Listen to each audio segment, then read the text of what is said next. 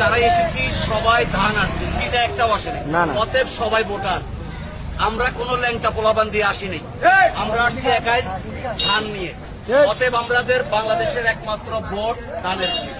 আপনারা সবাই লক্ষ্য করে রাখবেন, ধানের শীষের কোনো বিকল্প নেই।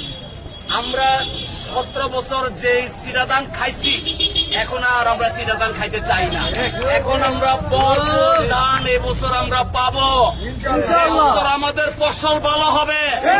আমাদের কৃষক যারা আছে তারা মাঠে ঘাটে খেটে যাবেন। আজকে প্রতি গন্ডাতে 5 মণ করে দান দেব। আল্লাহর রহমত এবছর সবচেয়ে বেশি আছে। আপনারা সবাই ধানের শীষের প্রতি খেয়াল রাখবেন। আমরা অসংখ্য ধন্যবাদ জানাচ্ছি। এই ধানের শীষ মার্কা সারা জীবন থাকবে। আমরা চাই এই ধানের শীষকে জয়যুক্ত করার জন্য।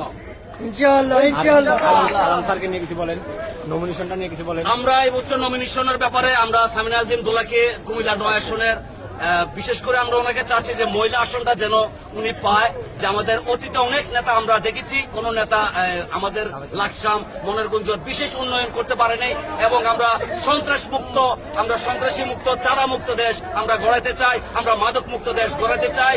এই জন্যই আমাদের মহিলা এমপি আমাদের বিশেষ দরকার। ধন্যবাদ।